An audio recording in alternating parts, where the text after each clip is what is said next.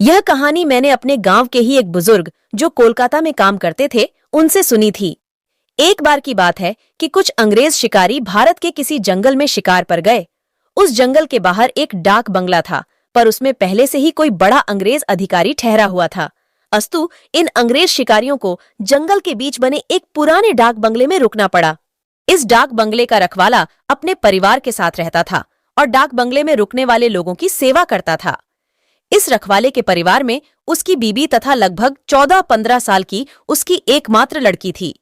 एक शाम जब अंग्रेज शिकारी शिकार करके वापस डाक बंगले पर आए तो नहा धोकर पीने बैठ गए। पीने के बाद उन्हें इतनी चढ़ गई कि वे लोग पूरी तरह से बहक गए और उस रखवाले को गोली मारने के बाद उसकी बीबी तथा बच्ची को नोच डाले।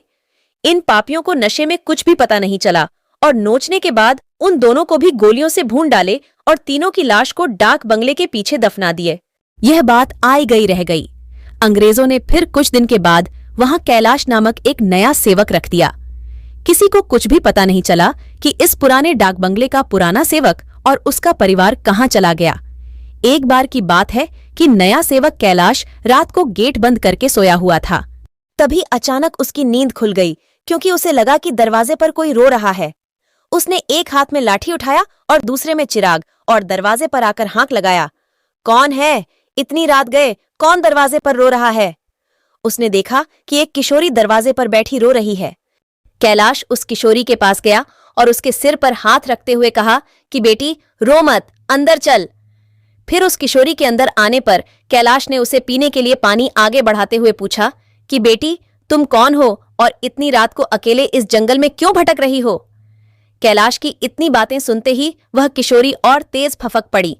कुछ समय तक तेज तेज रोने के बाद वह थोड़ा शांत हुई और कैलाश को बताई कि वह इस डाक बंगले के पहले सेवक की पुत्री है। फिर उसने यह भी बताया कि कैसे 4-5 अंग्रेज शिकारियों ने उसके पिता को मार डाला और उसके बाद उसके तथा उसकी मां की आबरू को नोच डाला। फिर कैसे उसकी मां तथा उसको भी गोलियों से भूनने के बाद डाक बंगले के पीछे दफना दिया। उस किशोरी की इतनी बातें सुनते ही कैलाश पूरी तरह सहम गया, पर निडरता दिखाते हुए पूछा कि ऐसे कैसे हो सकता है? अगर तू मर गई है तो मेरे सामने कैसे बैठी है? कैलाश की यह बात सुनते ही वह लड़की अचानक गायब हो गई और कैलाश कुछ समझ पाए। इससे पहले ही वह उस कमरे की दीवार पर उलटी टहलती नजर आई। कैलाश यह नजारा देखकर पूरी तरह से सहम गया। फिर अचानक वह लड़की आकर कैलाश के सामने बैठते हुए बोली कि काका आप डरिए मत, मैं आपका कुछ भी बुरा नहीं करूंगी। धीरे धीरे कैलाश का डर जाता रहा और उसने अपने मस्तक पर आई पसीने की बूंदों को गमछे से पोंछ लिया। फिर उसी रात को उस लड़की ने वह जगह दिखाई जहां उन तीनों को दफनाया गया था। कैलाश ने कुदाल से खोदकर उन तीनों के अस्थिपंजर को निकाला। फिर कैलाश ने उस किशोरी से वादा किया कि वह उन अंग्रेज शिकारियों के खिलाफ कोर्ट जाएगा और किशोरी को इंसाफ दिलवा कर रहेगा। कैलाश की बातें सुनकर वह किशोरी रोते हुए बोली कि काका आपको कुछ नहीं करना है, बदला तो मैं लूंगी, बस आप मेरी थोड़ी सी मदद कर दें। फिर क्या? उस किशोरी के बताए अनुसार कैलाश ने बीमारी का बहाना बनाकर उस डाक बंगले की नौकरी छोड़ दी तथा उस किशोरी को किए वादे के अनुसार उस किशोरी के माता पिता की अस्थियों को जला दिया तथा उन दोनों के नाम पर पूजा पाठ हो गई तो वह इस भूत ही योनि से मुक्त हो जाएगी और फिर उन दरिंदों से बदला नहीं ले पाएगी। समय बीतता गया और अब उस डाक बंगले में कोई नया सेवक आने को भी तैयार नहीं होता, क्योंकि कैलाश वहीं आसपास मंडराता रहता और नए आने वाले सेवक को भूत ही कहानी सुनाकर भगा देता। कभी कभी वह किशोरी भी अपनी भूत ही कारनामे से आने वाले नए सेवक को 9-2-11 कर देती, पर उस बंगले पर शिकारियों का आना कम नहीं हुआ। वे आते और खुद ही अपनी व्यवस्था करते, पर जो अब आता वह वापस नहीं जाता, क्योंकि उस डाक बंगले में ठहरने वाला हर अंग्रेज शिकारी उस लड़की का शिकार हो जाता। कभी कभी तो ऐसा होता कि वह लड़की किसी अंग्रेज शिकारी को अपने लटकों झटकों में फंसाकर उस डाक बंगले में लाती और रात को अपने असली रूप आ जाती और डराकर उस अंग्रेज को मार डालती और उसका खून पी जाती।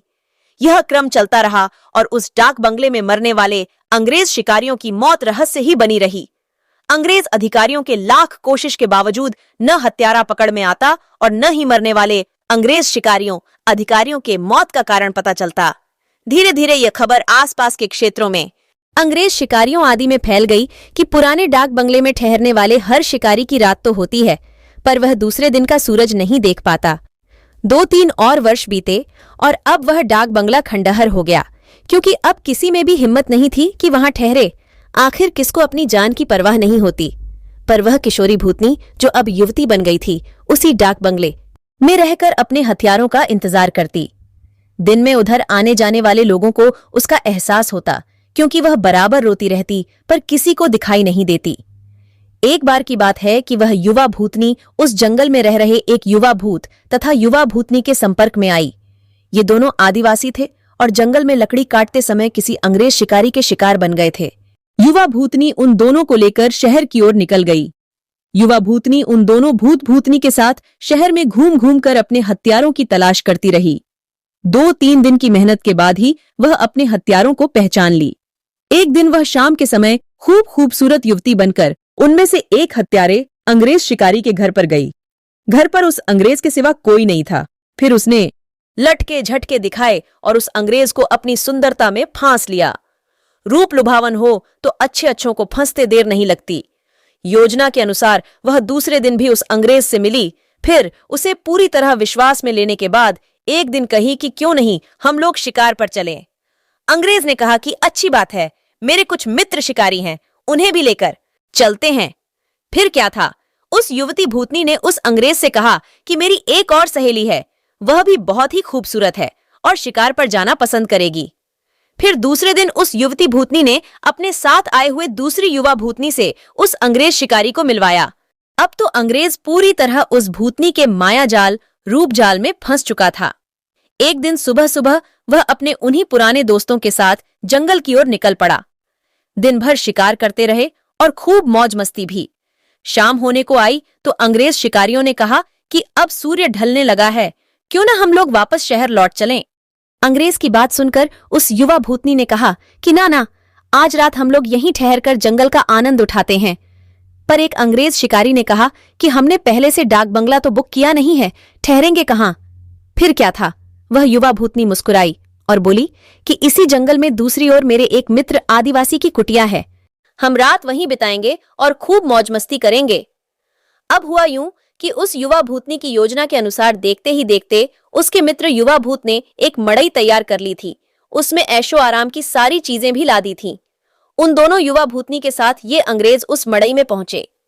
इन अंग्रेज शिकारियों को उस मड़ई की दशा देखकर अजीब लगा, क्योंकि उस मड़ई में महलों, बड़े बड़े होटलों जैसी व्यवस्था थी।